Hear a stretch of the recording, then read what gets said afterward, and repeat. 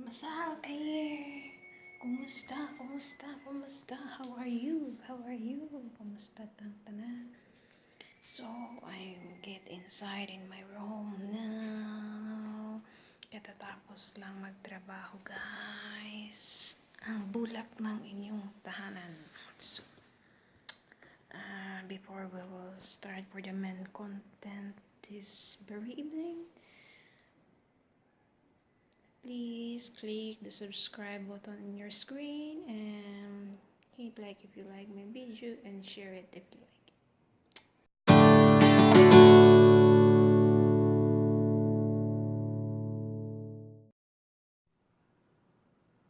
So guys, ito yung different kinds of dates. So, kikita natin sa nagkaiba-ibang puno ng dates, ng tamar, yung mga bunga nila. You can eat a fresh date, which is from a tree. You can pick it and wash and eat. So, before we will go to talk about the benefits of the date, so I will show you the different kinds of dates first. So, enjoy watching.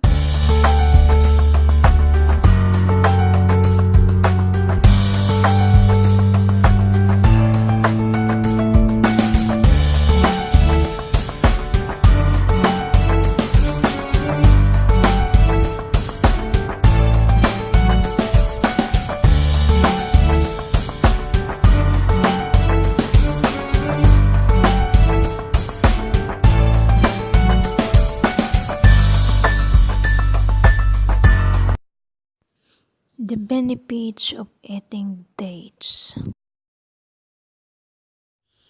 So, we will talk now about the benefits of eating dates. So, ano nga ba ang mga benepisyo na makukuha natin sa pagkain ng dates?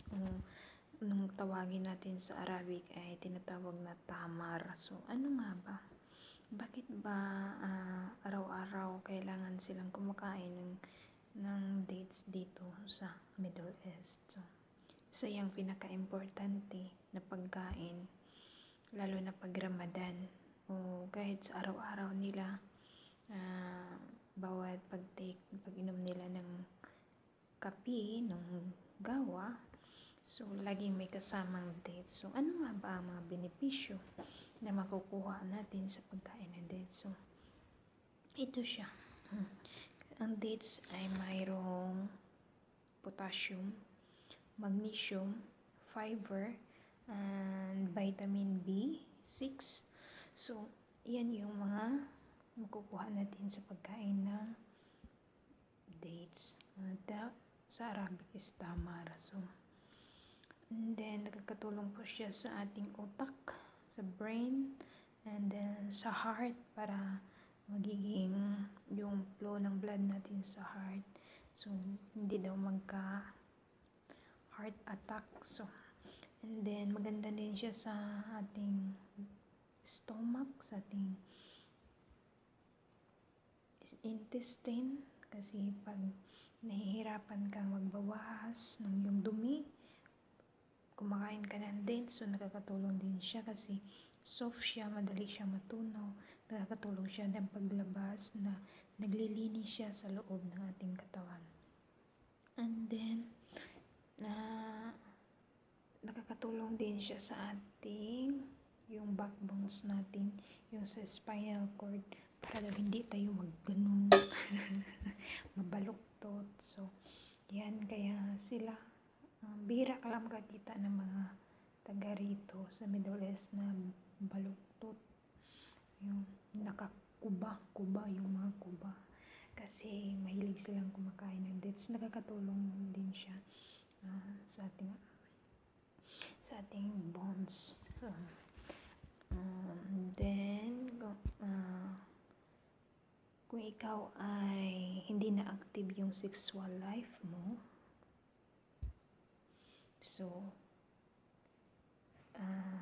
1 cup of milk, sabayan mo siya ng 3 piraso ng dates. Yan ay nakakatulong pag sex enhancers.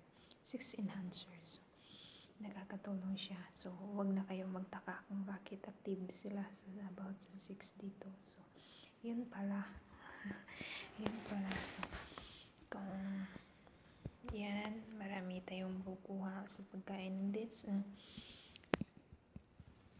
So, sa atin din mga OFW, lalo na sa katulad ko mga household service worker. So, maganda siya na yung pang palipas gutom natin, di ba? Para hindi tayo magutom, hindi tayo magkasakit ng ulcer. So, yan ang panlaban natin, panlaban sa gutom.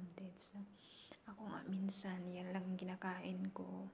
Tapos uminom lang ako ng gatas. So, di kaya minsan yung tubig lang. So, okay na siya.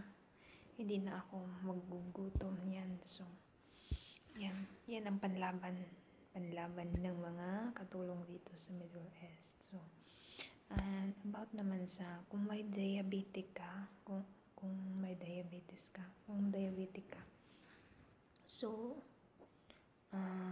be careful din kasi mayroon din siyang, yung dates is mayroon siyang sugar kasi mayroon siyang fructose, glucose. So, hindi siya maganda na kumain ka ng marami pag mataas yung sugar level mo. So, kailangan mo muna magpa-advise sa doktor o di kaya kumain ka ng isang piraso lang araw-araw o di kaya 3 piraso, okay lang yan. Basta, huwag lalagpas ng 3 piraso. So, ganyan yan ang mga benepisyo na makukuha natin sa pagkain ng dates. So, kung ikaw hindi ka pa kumakain ng dates, so, subukan mo na.